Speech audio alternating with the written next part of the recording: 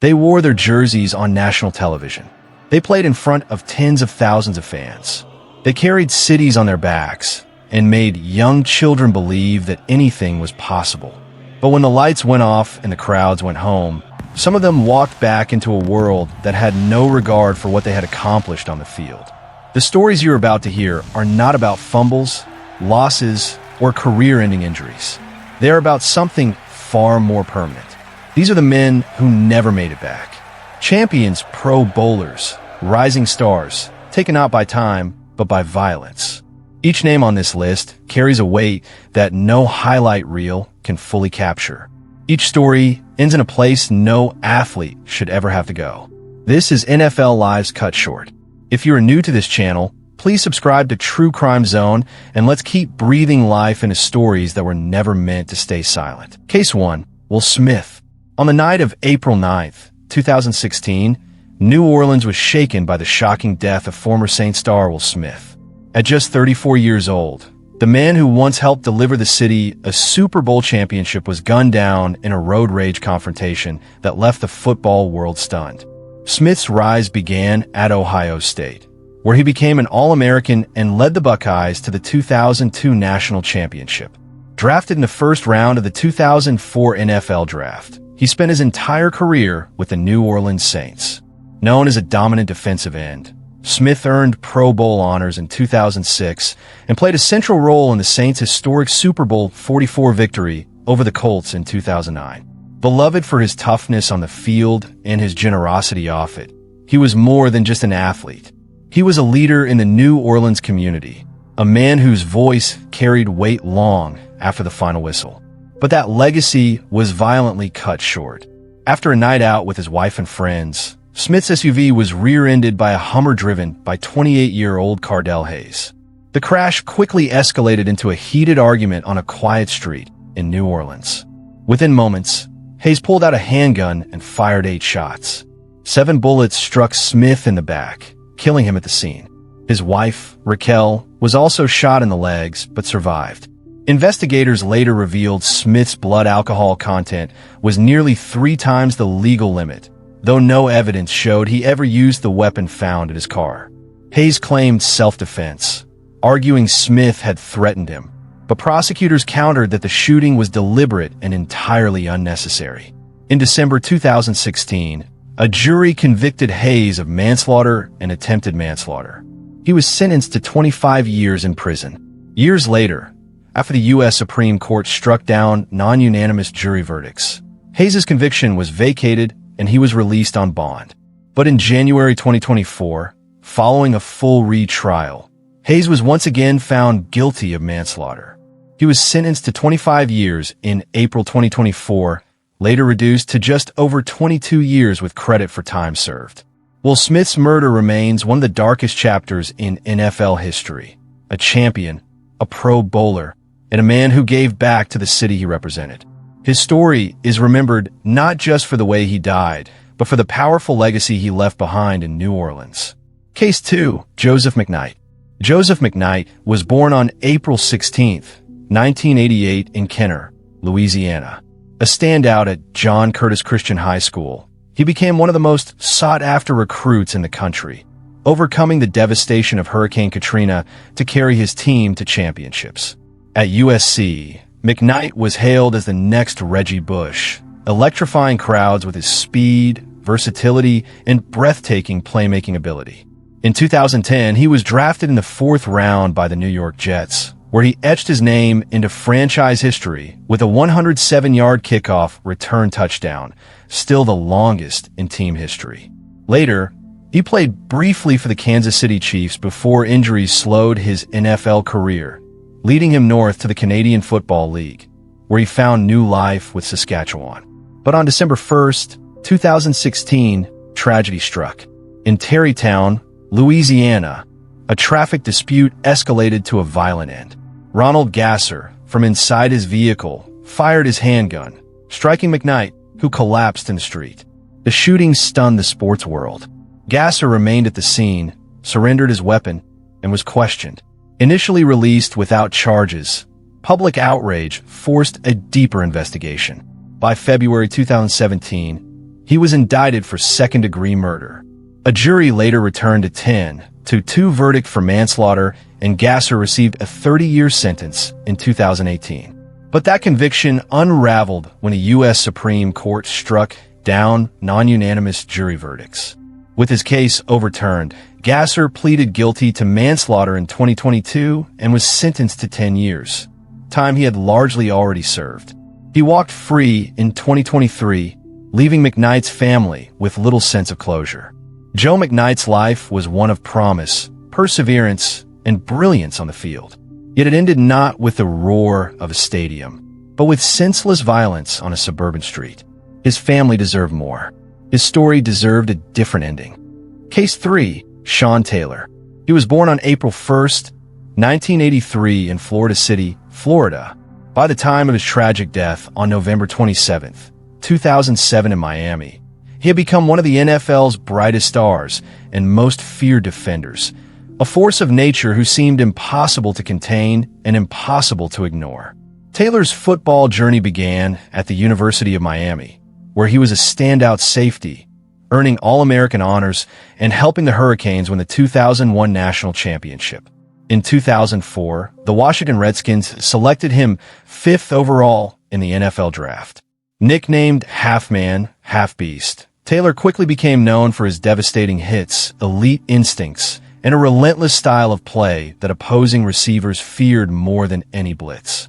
He was a Pro Bowler twice and regarded as one of the league's most dominant young safeties. But on November 26, 2007, Taylor's life was violently cut short. While recovering from a knee injury at home, he was awoken by intruders. Protecting his fiancée and young daughter, Taylor confronted them. A single gunshot tore through his leg, severing his femoral artery. He was rushed to Jackson Memorial Hospital, but died the next morning at just 24 years old. Within days, 5 men were arrested: Blenda Gay, Hunt, Eric Rivera Jr., Jason Scott Mitchell, Charles Wardlow, and Timothy Lee Brown. Hunt accepted a plea deal for 29 years. Rivera, the gunman, was convicted of second-degree murder and sentenced to 57 years. Mitchell, believed to be the ringleader, was given life in prison. Wardlow received 30 years, and Brown, through a plea agreement, was sentenced to 18 years. Taylor's impact was everlasting. The Redskins preserved his locker, painted his number on helmets across the league, and inducted him into their Ring of Fame in 2008. In 2021, his jersey number 21 was officially retired, honoring a player whose passion, courage, and talent left a mark the game will never forget. Sean Taylor's story is one of brilliance and tragedy, of a star whose light was stolen too soon, but whose legacy still burns in the history of the NFL. Case 4. Steve McNair. Steve McNair was more than just a quarterback. He was the face of Tennessee football and one of the toughest men ever to take a snap in the NFL. Born in 1973 in Mount Olive, Mississippi, McNair rose from humble beginnings to become one of the league's most respected and resilient leaders. Drafted 3rd overall by the Houston Oilers in 1995, he carried the franchise into its new era as the Tennessee Titans. Known for his grit and determination, McNair led the Titans to Super Bowl 34, falling just 1 yard short of tying the game in one of the most dramatic finishes in NFL history. A 4-time Pro Bowler and the league's co-MVP in 2003, he left a lasting mark as one of the most respected quarterbacks of his generation. He played through pain that would have ended other men's seasons without a second thought. But on July 4th, 2009, tragedy struck. McNair was found dead inside a Nashville condominium alongside 20-year-old Sahel Kazemi, a woman he had been in a relationship with. McNair had been shot twice in the chest and twice in the head while he lay on the couch. Kazemi was found nearby with a single gunshot wound to the head and a 9mm pistol underneath her body. Investigators quickly pieced together the final days leading up to the deaths. Kazemi had recently been charged with a DUI, faced mounting financial struggles, and feared losing McNair's attention. Just 2 days before the shooting, she purchased the very gun later used in the crime.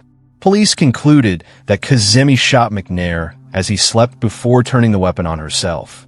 Forensic evidence, including gunshot residue on her hand, supported the conclusion of a murder-suicide. Yet not everyone accepted the official findings.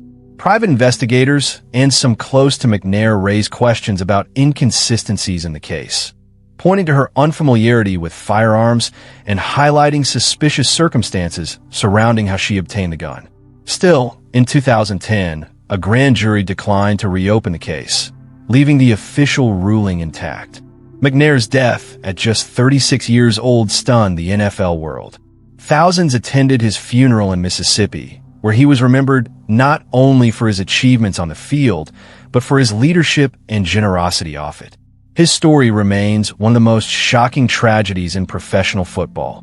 A superstar whose life was cut short in a way that left behind unanswered questions and a legacy forever frozen in time. Case 5. Shane Curry.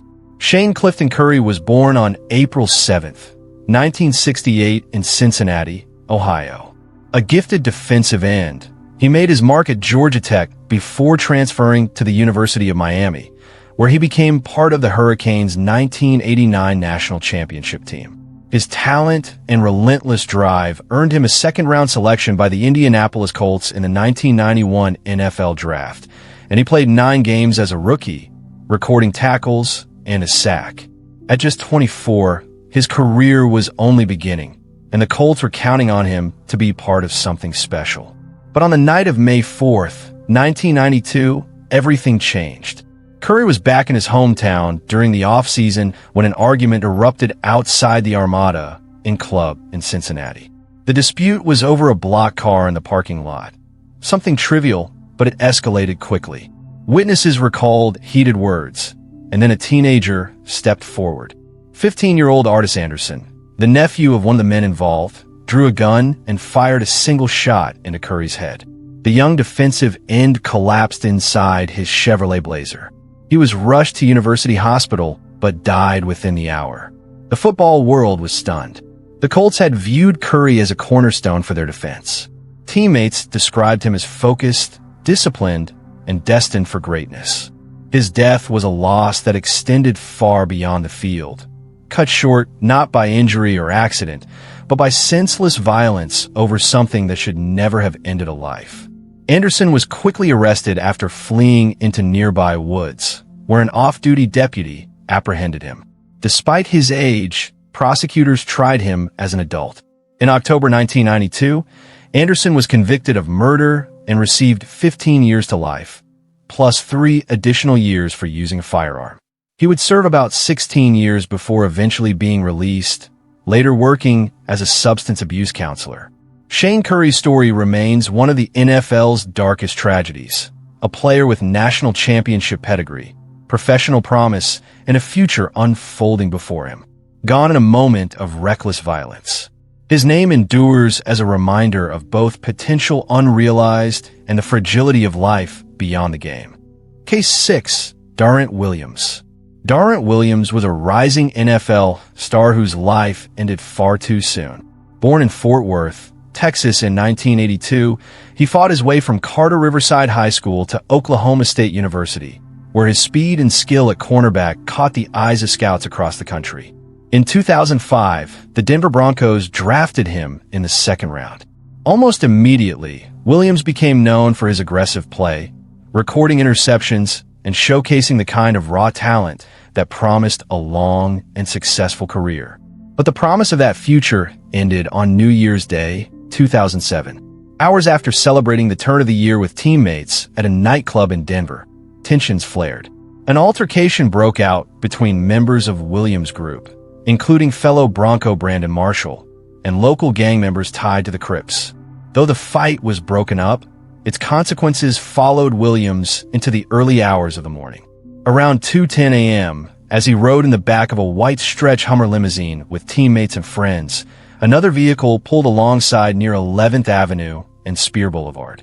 A barrage of gunfire erupted. 15 shots were fired. One pierced the limousine and struck Williams in the neck.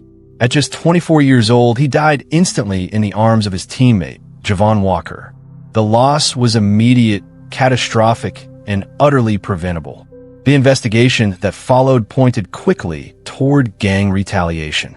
Witnesses testified that Willie D. Clark, a known Crips member, was the gunman. After a lengthy investigation and trial, Clark was convicted in 2010 of first-degree murder, along with attempted murder and assault charges for the others in the limousine. He was sentenced to life in prison without the possibility of parole, plus more than 1,000 additional years for related crimes. For the Broncos and the entire NFL community, Williams' death was a devastating loss. He was a young man with ambition, energy, and a career only just beginning. His murder remains one of the most tragic reminders of how quickly violence off the field can cut short even the brightest of futures. Case 7. Fred Lane. Fred Lane was born in Franklin, Tennessee in 1975. A standout running back at Lane College, he went undrafted in 1997 but earned a spot with the Carolina Panthers through sheer determination. Lane quickly became a fan favorite, rushing for over 800 yards and 6 touchdowns in his rookie season, including a dominant performance against the Oakland Raiders. By the end of 3 seasons, he had totaled more than 2,000 rushing yards and 13 touchdowns, cementing himself as a tough, determined runner who made the most of every carry he was given. In June 2000, he was traded to the Indianapolis Colts and was preparing for the next chapter of his career. But just weeks later, tragedy struck on July 6, 2000, in Charlotte, North Carolina. Lane returned home. As he walked through the front door, his wife, Deidre Lane, shot him with a shotgun, once in the chest and then again in the back of the head as he fell. He was only 24 years old. The investigation revealed a volatile marriage marked by financial strain and a history of conflict. Prosecutors argued the shooting was premeditated, pointing to a life insurance policy taken out shortly before his death. Deidre Lane claimed self-defense, alleging years of abuse. But in 2003, she pleaded guilty to voluntary manslaughter and received 8 years in prison. She later served additional time for unrelated bank fraud charges. Fred Lane's murder stunned the NFL.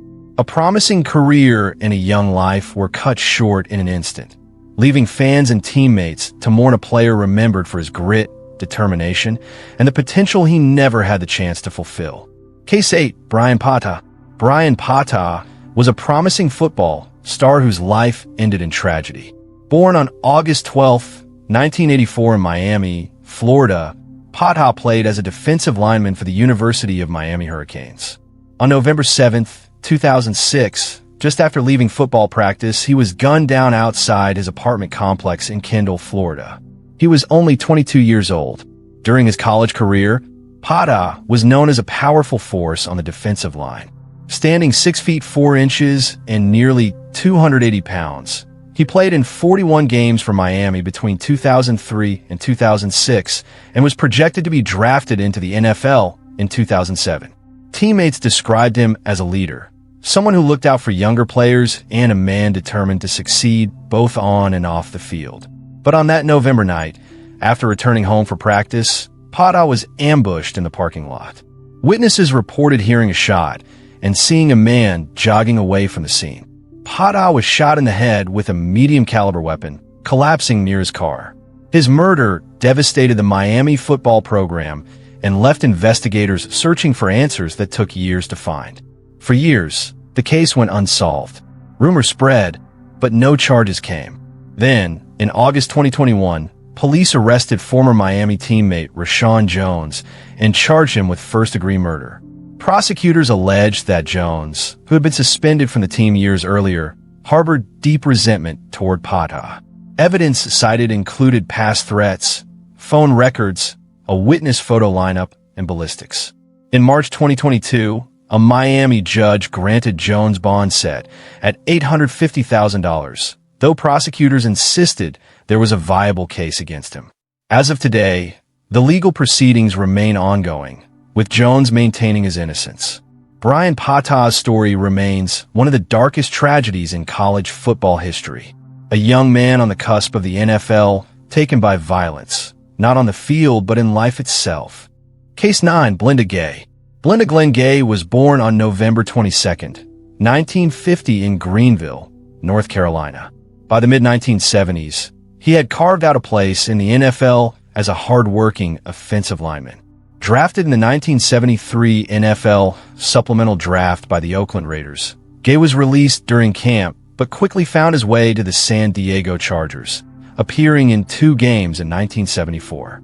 His Real break came with the Philadelphia Eagles, where he played through the 1975 and 1976 seasons, suiting up in every regular season game.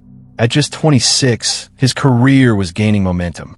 He seemed destined for a long run in professional football, the kind of steady, dependable presence that every offensive line needs. But on December 20th, 1976, tragedy struck inside his home in Camden, New Jersey. In the early hours of the morning, Gay was attacked while sleeping. His wife, Roxanne, used a knife to cut his throat, ending his life in a sudden and violent act. Reports from neighbors and investigators painted a chaotic scene, one that shocked the community and the Eagles organization. In the aftermath, Roxanne claimed she had acted in self-defense, alleging years of abuse at the hands of her husband.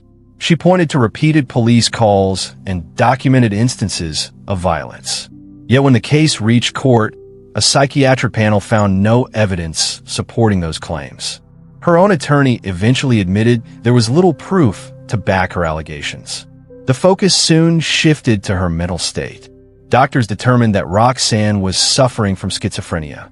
Rather than face a traditional murder trial, she was declared legally insane, committed to Trenton Psychiatric Hospital, and all charges were dropped. She remained there until her release in 1980. For teammates, fans, and the NFL at large, the murder of Blenda Gay was a devastating reminder that even the brightest careers can be cut short, not on the field, but by tragedy at home. His death remains one of the most haunting and shocking stories in the league's history. Case 10. Dwayne Haskins Jr. Dwayne Haskins Jr. was born on May 3, 1997 in Highland Park, New Jersey, and rose to prominence as one of the most talented quarterbacks of his generation. But on April 9, 2022, his life ended tragically near Fort Lauderdale, Florida, leaving behind unanswered questions and a legacy that was only beginning to take shape. At Ohio State, Haskins became a household name in 2018. In his one full season as a starter, he threw for over 4,800 yards and 50 touchdowns, shattering school and Big Ten records. His performance earned him the Rose Bowl MVP and made him a finalist for the Heisman Trophy. The Washington franchise drafted him 15th overall in the 2019 NFL Draft, where he started parts of 2 seasons before his release. In 2021, the Pittsburgh Steelers signed him, giving him another chance to develop into the player many believed he could become. But in the early hours of April 9th, 2022, Haskins' story took a devastating turn. After his car reportedly ran out of gas along Interstate 595, he set out on foot to find fuel.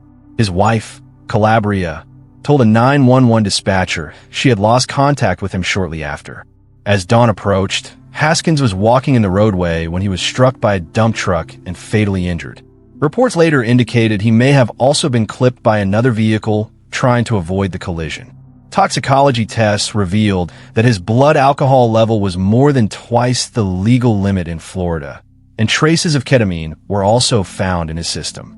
Though the medical examiner ruled the death an accident, his family pursued a wrongful death lawsuit, alleging that Haskins had been targeted, drugged, and robbed before entering the highway. They also claimed negligence on the part of the truck driver, the vehicle's owners, the rental car company, and the state for unsafe road conditions.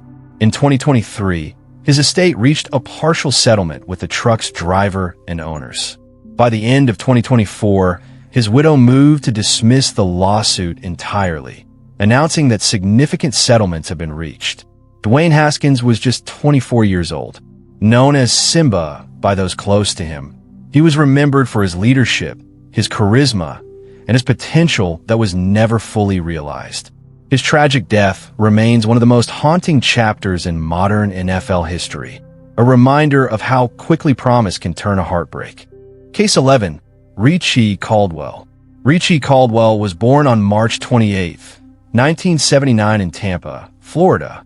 A standout at Jefferson High School and later at the University of Florida, he became one of the Gators' most dangerous receivers, helping lead them to an SEC championship in 2000.